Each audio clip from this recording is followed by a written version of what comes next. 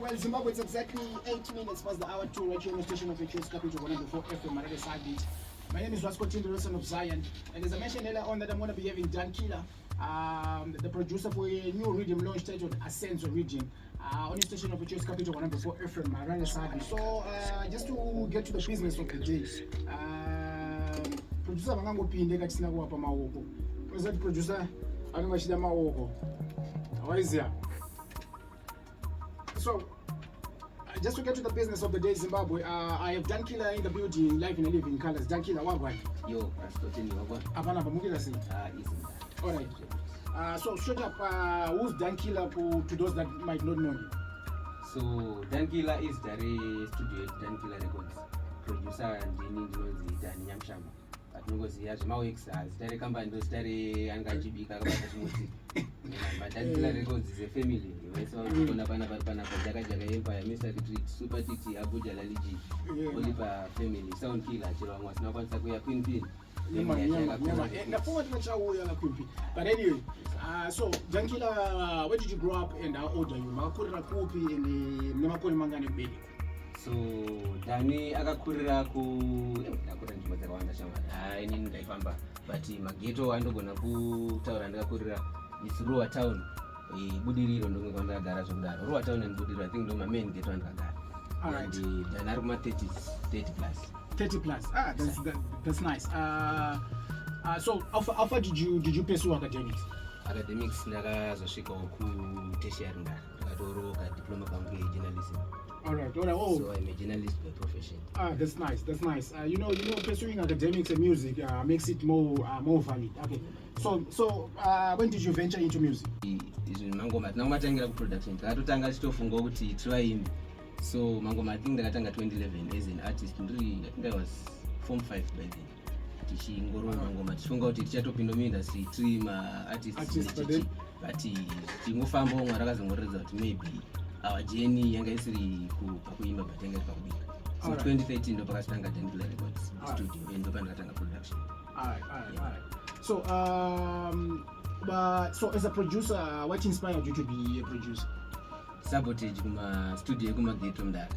Yakaita kuti titotange kuma studio because tinekwata ito endo chino recorder but maconditions amene mzosangana nawo unongoziva ghetto youth dzingwa mari nezvinetsa but kambatiro kwaunongochita kana usina mari pazvinhu unongoziva unongochiitiswa yakawanda zvekuti takazongoti nine mufeso wangu anonzi Sound Killer unfortunately haanazokwanisa kulinga pane zvazongoitika last minute but takazongoti Killer uri kuona chinhu ngatingotange studio yedu izvozvo because so Dankillah was actually a movement yekuti titange mukurekoda mawebsite inini ndo ini ndashandisa tari kuti Danman yachini Sound Killer.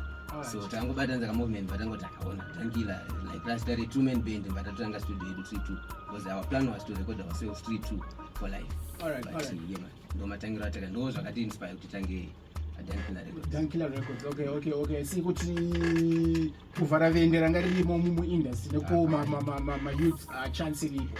Okay. So of you being in the musical circles and venturing in as a producer, what are some of the challenges that you have faced and how have you overcome them? I think my challenges anongo continue from kana muri vanhu vari kuti muri kutanga. Because isusu generation yedu matangiro atakaiti takatanga tiri masina tiri mayouth tinofana sezvo ndinoti hatitori vana vechikoro kutanga. Saka ukaona every industry kana uri munhu ari young inenge ine machallenges ekuti every industry I think inonyanya kubelieve in vanhu anenge ati kure vanenge vabva zera. Saka mimi ninenge anenge ari makata kuti musvike ikoko. Saka kazhinji kachona especially uchitanga uri kurise utanga uri kukura kuwana ma-opportunities kunenge chinetsa. Vanhu vachisaiza masina. Okay. So let's talk about the new rhythm, Ascenso Riddim. What inspired Ascenso? What inspired this rhythm and the sound? Yeah man. So vanakona vanongorachibvunza tinorekta Ascenso vangachoti umana mutatisa isiriyo chichi. But hapana yakanyanya. So Ascenso is a Spanish word inongoreva derived from the word ascend. Ascend unongozera ascend kukwira, opposite of descend. So isusu inini ne management team yangu, big up Pascal, my manager, big up James Asi, my co-producer. So takapane patakagara pasi tikaona in one of our meetings kuti kumana zvinhu sezvantaura we started in 2013, last year was 2025. Takaona kuti pane zvasvitika and I think we've been operating as an upcoming studio but leveling ratatosvika izvo tato kuma radio stations mamwe ngari madreams edu I think right now we are ascending our man. Zvakufana kuenda on another level. So that is what is inspired to trigger the Ascenso Riddim. So for the sound it's also good as Dankillah records. You know that every studio in a sound here. So it's also sound here. I get out to 10 up and maybe to Zikamu hardcore dance. So my helmets. I think my most popular project is helmet session Riddim 2020. Yeah. Riddim Kaputi goes. So but what we should make something check out the level up. We go back to our sound, which is my helmet. Yes, that's why we created Ascenso Riddim. Yeah. Yeah, man. You imagine from the helmet is a real thing because gradually from Queen who's there in the underground music. So my way artist type of the artists that you are here, what are the names of the artists? My artists are now Mr. Retreat, na Jaka, Super TT, Abuja Laliji, my artists tokanza kulingana na us. All right. So Zimbabwe, it's exactly 14 minutes past the hour, 2 o'clock, right here on the station of the choice Capital 104 FM, Aresadit. And I'm gonna press play on Ascenso Riddim, right here on Capital 104 FM, Aresadit. Then the artists that we have in the building are gonna mash up the rhythm right here on Capital 104 FM, Aresadit. But in the meantime, let's first do these messages.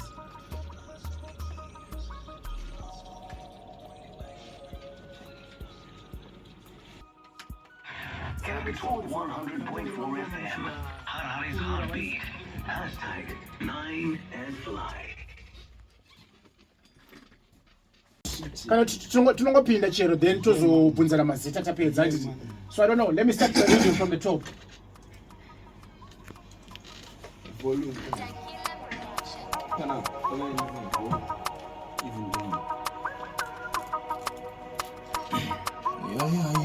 Nyamamba ndipengu vandimbupisa pagarisa pasina mbupisa potodze bhinzi pamoto muri kungodzipisa hembe mapisa simba muri kupisa mabhebi edu chaiwo muri kungomakisa pandafamba mawo hanzi ndinomakisa mabhiyazi ndamanwa andina kumbomakisa zvogodena mugeto zvinokikisa mageto etsi enyu aya akutipisa panopakupisa moto panopakupisa moto panopakupisa moto saka padalaita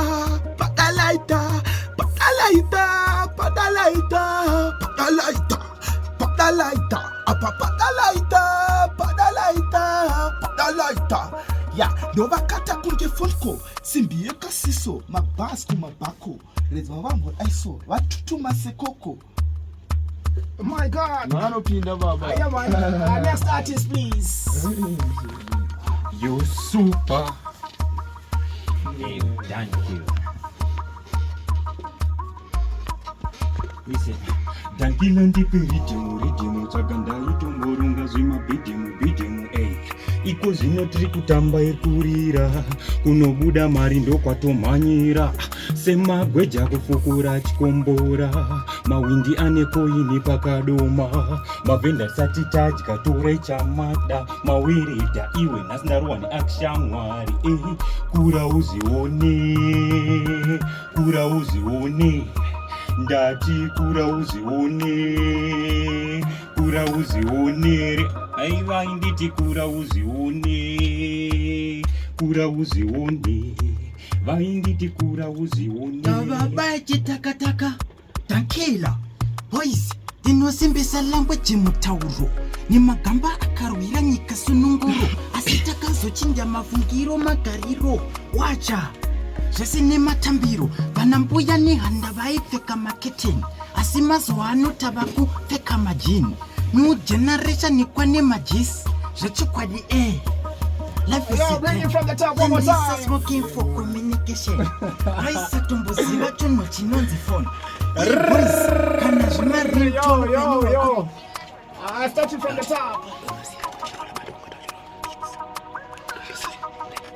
Baba chitakataka Dankillah boys tinosimbisa language mutauro nemagamba akarwira nyika sununguro asi takazochinja mafungiro magariro wacha sisi nematambiro vana mbuya nehanda vaipfeka maketeni asi mazuva ano tava kupfeka majini new generation ikwane majisi zvechokwadi life is a journey vaishandisa smoking for communication vaisa tomboziva chinhu chinonzi phone boys kana zvemaringtone upenyu hwakudhara mufunge anga ari mahwani kwanga kusina fashani mapaneshashiko kusina kotoni asi zvakazochinja pacolonization zvechokwadi varungu katipinza muchoni kufara pachedu ndotsika nemagariro kuri kwedu atichinjwe maitiro uri rocha uri gwecha kana mapfekero mararamiro angova madiro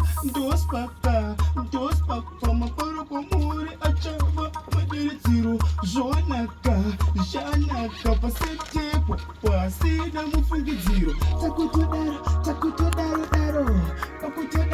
takutodaro woyo mufaro uyo woya mufaro saka mufaro pamberi nemufaro right tiri kudaro kuramba tichidaro tava kudaro ende tine naro boma iaro iro kani aro naro handisi wenyika dzino kunge chipanga ndiri husaye wemazano tuma mokototi uri kupisa mazuvano mabhazi asina noizi kunge ngonomo kozi ini neridhimu tine simbisano wese wanda dhondita ari kutyoka mino balanzisa treble stereo nemono dhumi ananganisa madirirano yanguva yedu vanofira pano pachanakidza kunge pasiri pano zvepano zvichanakidza nevasiri pano vari pano vachanakirwa chekuti pano ridza amapiano vanofira pano hapabhike kumba kuchauya pano mutsubvu wekure kwegava wamera pano muenda mberi kweindava mamira pano mamira mapunza pano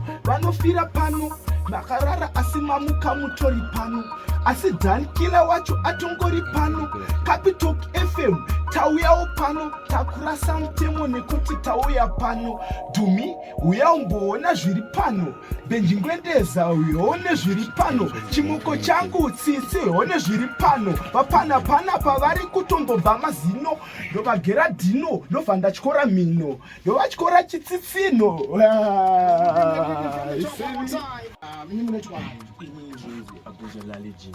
Abuja Laliji. Alright, Abuja Laliji, mnoba futhi necheparuwa. right ndogetora tinongobuda tizo Alright, really. Zamangoma zimakatanga lini?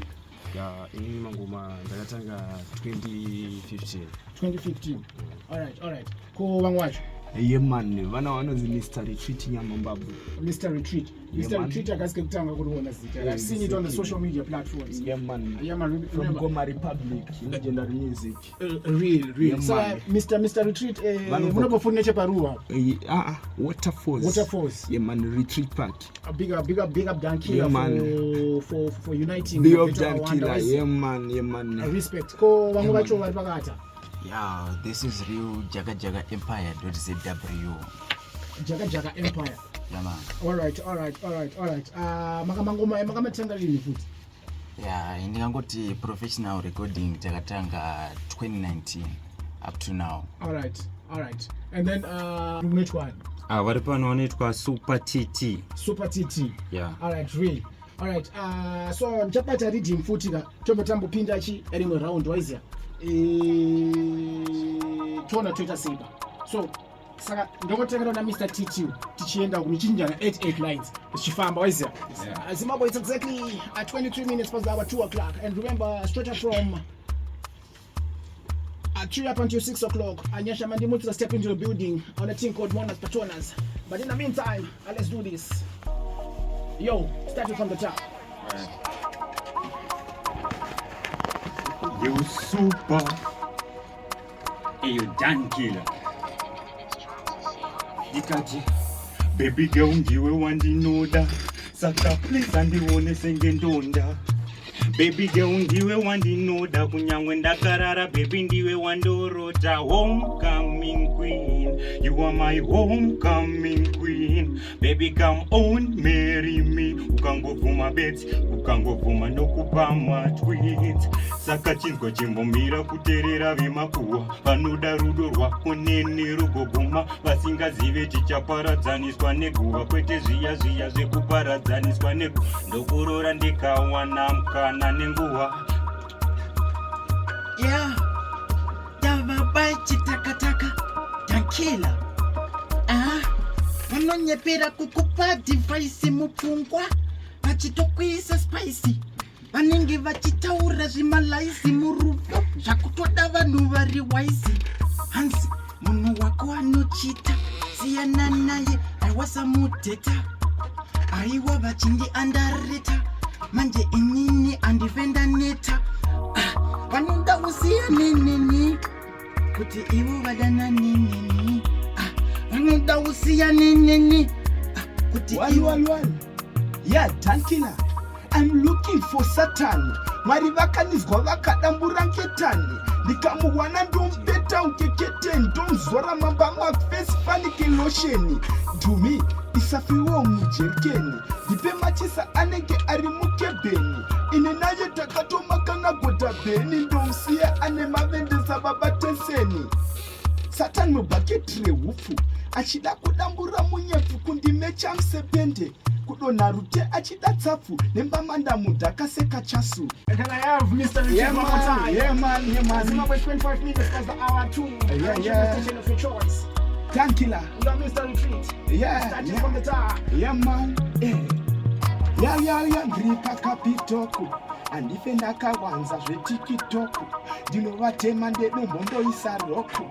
Nawana dem Dankillah. To me, I'm looking for Satan. Mwari vakanizwa vakadambura ngetani. Ndikamuwana ndompeta ungekete ndomzora mamba mafesi fanike losheni. Dankillah isafiwo mujerikeni. Ndipe machisa anenge ari mukebeni. Ini naye takatomakana kutapeni. Ndomsiya ane mavendesa babata. Kana ndikada ndoita mazvokuda. Ekuda tichida tonanga patakada. Toita zvatakada kaupeni takada. Wanguda andijambi mali fanike bado. Sokotko yachida mukitoma kasara zvinyawada. Apana ari kuti chinyawada. Ikoita nyawada. Zvakuda inzwa kuda. Inzwa nzeterera uri papo to me. Yeah, fankirata ndocheka. Goma dzakanpeka materesi ndosheka vanhu vachisvetuka kana ndikakumbuka vanhu munozvambuka mari yachururuka mateji ndaburuka pandinokusimuka mese munovhunduka goma dzakunguruka nazwa kutirimuka arenda randipfeka ona kufaranuka nyangwe mukandiseka goma ndinotsiruka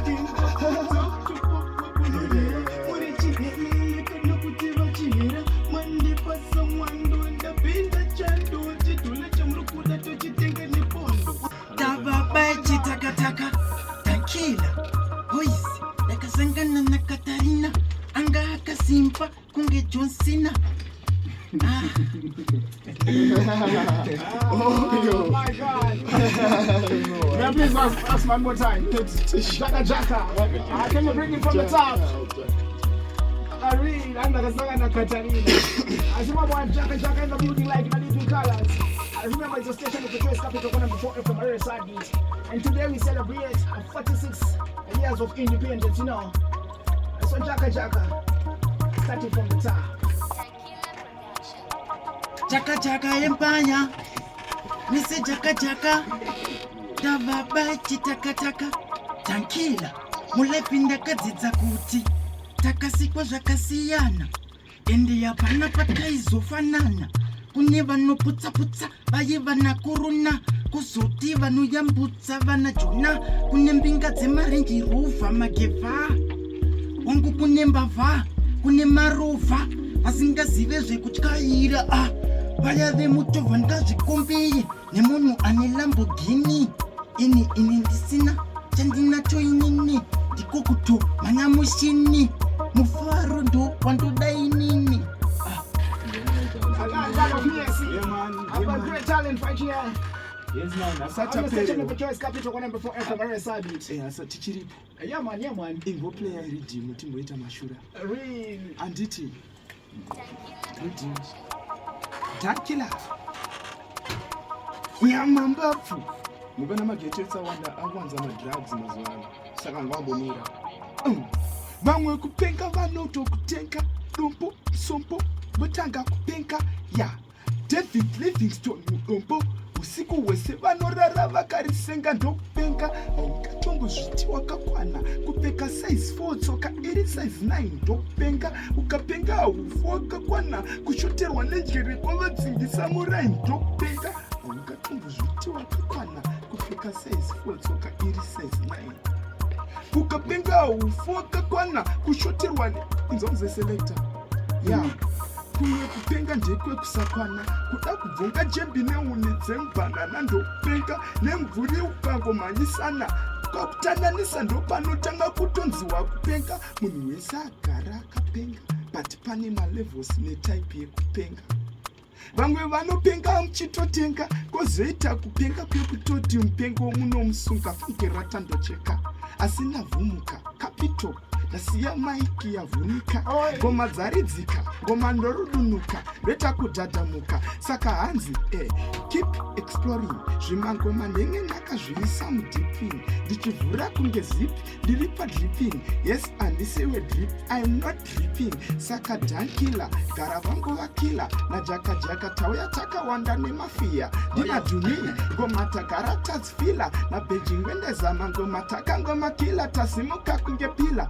ndine bhebhi rangu tsitsi kuti banananga handipotsi ndikati potsi piri gotsi manwatsi varikuda mavhotsi wezere mahwatsi vabate mapatsi vatore manotsi varikuda mavhotsi panonyora ndesachimiso ndoisa madhotsi saka roone chivapa manotsi ndinge tiri pamike handife ndakasiva kunge strife saka uchiona ndichirova majaife handisi geri tight ndoimba mangoma kwete mamuvi saka uchiona ndichirova majaife saka unza ikabepa ngoma ndoiripa maiki ndichisvipa ndese pandoinda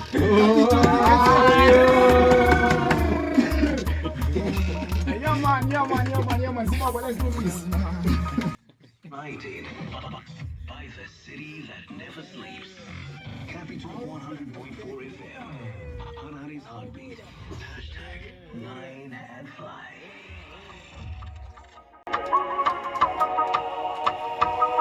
Well, Zimbabwe, I've got great talent right here on Capitalk 100.4 FM, Harari's heartbeat. My name is Waskochi, the son of Zion.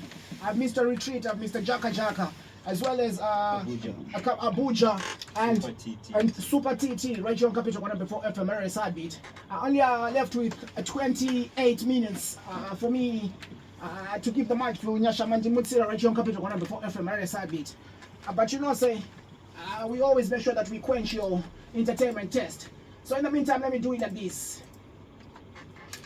Nyasha Mandi Mutsira arikuya achivamutsira avaimbira anongovatipira saka Nyasha mandimutsira kuno kuma2 kuma3 asi ndati inini handizi free ndini festival wironi ayai hanzi Nyasha mandimutsira mapamandipira ndapandapapira nyapyandaitaurira padaira ndapandangova kurira sora rese ndapandavasakurira saka jaka chibvopinda ukasapinda ndoramba ndichienda ndovaaenda ndoruma ndavabaya chitakataka Dankillah kuna samatenga hakuna chinoramba uchida kuvakaimba kana mimba wotoshinga kushanda zvine simba ramba uchinamata ramba zvekuromba wafadha I in heaven please I want to make money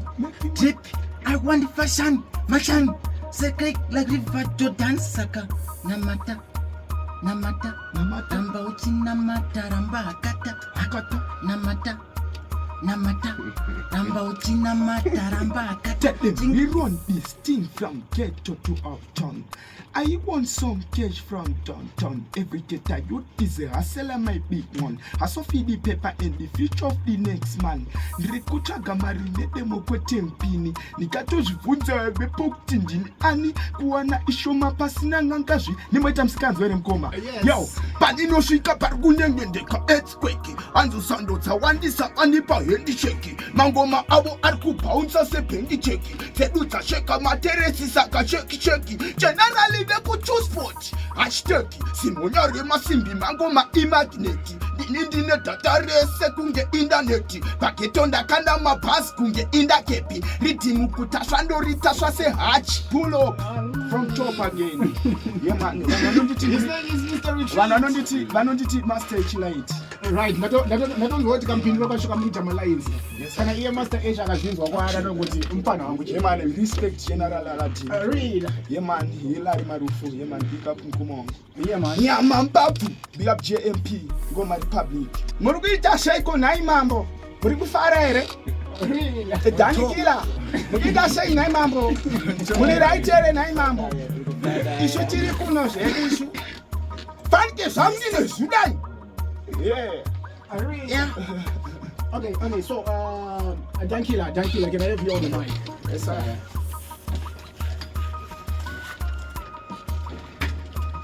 His name is Dankillah, the producer of this reading, Zimbabwe. If you're not in the vibe, 0719-10404 is the Wagwa number. Your name, your location, please. Double Pamana concrete respect twice here. Just to know that you're connected. The $1 million question is who is linked in and who's connected to the artist radio station in the end. So Dankillah, Yes, sir. before I talk to you, let me do like this.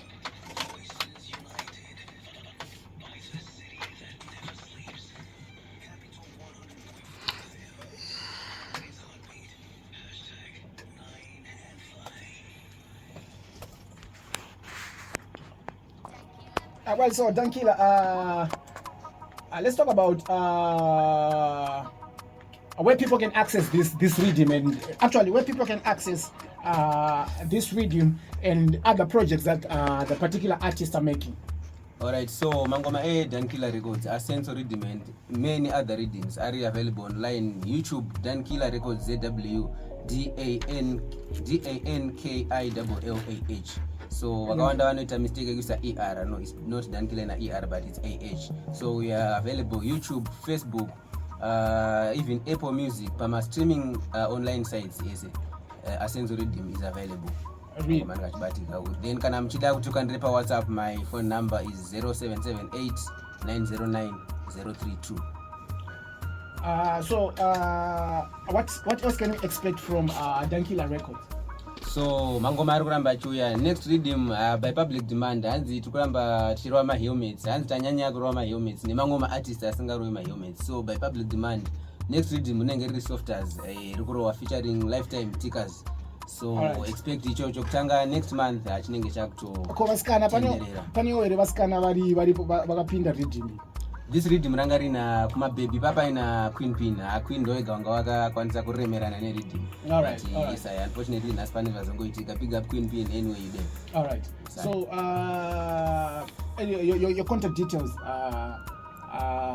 you as Dankillah, then I also give the artist to say also their but obviously munhu wese anenge kubata artist anotanga anoona imi man. Yeah man. So Dankillah, can we have your contact details to those that might to those that would want to get hold of you? Alright, so I will repeat my phone number imwe chete inobatika zvese, angave WhatsApp, angave calls, angave SMS 0778 909 032. 0778-909-032. Alright. Then online it's Dankillah Records everywhere. Alright, so your last words to those that are listening as the producer, specifically your words to prospective producers vangada kunge vachiita producer, then to those that are listening. Yeah man, I need kune vada kuita maproducer and those there are many aspiring producers. Nongoti amwana don't give up. Chigame chinoita kunge chinorema uchitotanga so ungasingamborote kuti chatozosvikawo ku Capitalk FM, chatozoitwa mangoma anorira Zimbabwe yese kana kutofonerwa neano ari kustage achitoti andomustiti rakati ndinonzwa iyo production. Une munhu wese anongofunga kuti uri ngoita zvinhu zvepondo, but if you believe in yourself and if you keep on pushing, opportunities anozongouya zvakaoma kudaro. So keep on believing in yourself, rambai muchishanda kumana, hard work inozongobhadhara. Then kune vamwe vese vakateerera tongoramba achiti please ngatirambe tisupporta upcoming artists. Vanhu ngavazive kuti hapana anongozvarwa akaputika, hapana anongozvarwa ari mombe, munhu wese anotomboita day nanadai, munhu wese anotombokambaira. So tikasasupporta maartist edu achisimuka, hapana patinozongoda kumasupporta atosimuka kudaro. So let's keep on supporting local talent. Isusu seDankillah toramba kutingobridge kuti upcoming aito indo establishing tingodaro. Respect. Agree. And of the artist, your last few words to those that are listening. ya inini mashoko anoda kutaura kune vakateerera ndangoti ngavarambe vane tarisiro kwatiri as musicians because we are going to deliver what they are expected. All right. And Mr. Riddim,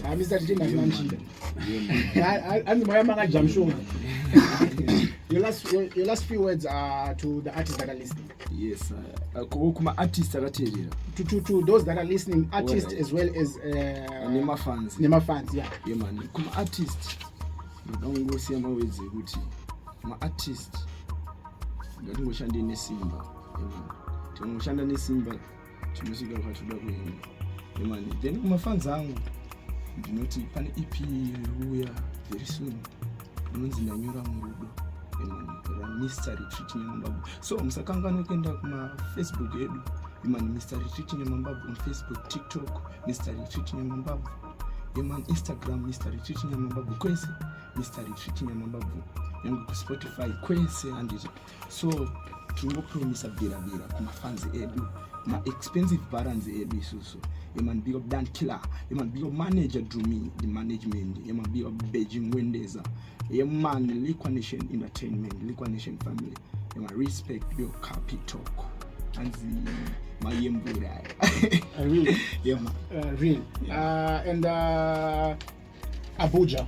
Isaya. Yeah man. Inini ndoda kungoti zvangu kune vamwe vangu ma works ngatipushe ende music chinhu chekuti chinova chichiita kuti vamwe vanhu vabenefite mulife kurarama. Zvine mamessages atinoimba zvinoita kuti tiyambuka. So mafans angu chinhu chandinoda ngokuudza ndechekuti inini ndini Abuja Lali G. Kune vanombondinzwa vamwe vasati vatondiona. So kuti tikwanise kuva tichionana ndabva paredhiyo panapa mukandifollow TikTok Abuja Lali G, Facebook Abuja Lali G, Instagram ne WhatsApp visible. Real. Well, Zimbabwe. Super TT. All right. Yeah man. Yeah.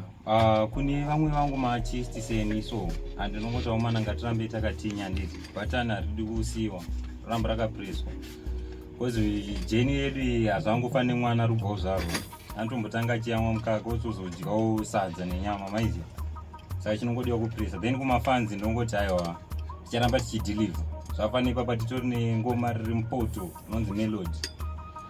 Shout out to kumalovers ese ari kukunzogwa tinacho chilove song chiri kuuya manje producer Dani vari kuchibika zvaizvizvi chingoti pakadaro vanoda kundibata paTikTok munosearcha kuti Super TT 06 munondibata ipapo, Facebook Super TT munondibata futi ipapo, even YouTube Super TT tinobatika ipapo. Real. Well, Zimbabwe, that was Super TT, Jaka, the producer himself Dankillah, as well as Abuja, right here on Capital 104 FM, very sad beat. My name is Rascotin, the real son of Zion, and in the moment in time, I gotta let the boys go, but in the meantime, let me do it like this. Years of non-stop radio action, 24/7, 365. Capital 100.4 FM. Zipe pasi atirepe vakadzi hatisi mari yepasi but pamaridhimu titori mari yepasi isusu hatisi matripu but timasifasi izauzeka tinorinira mabhazi Capitalk tina Dankillah record hanzi we are done but tichakila saka Dankillah chibva wafila Ascenso Riddim launch waiziya Benji Benengweza anochakuiza Yeah, man.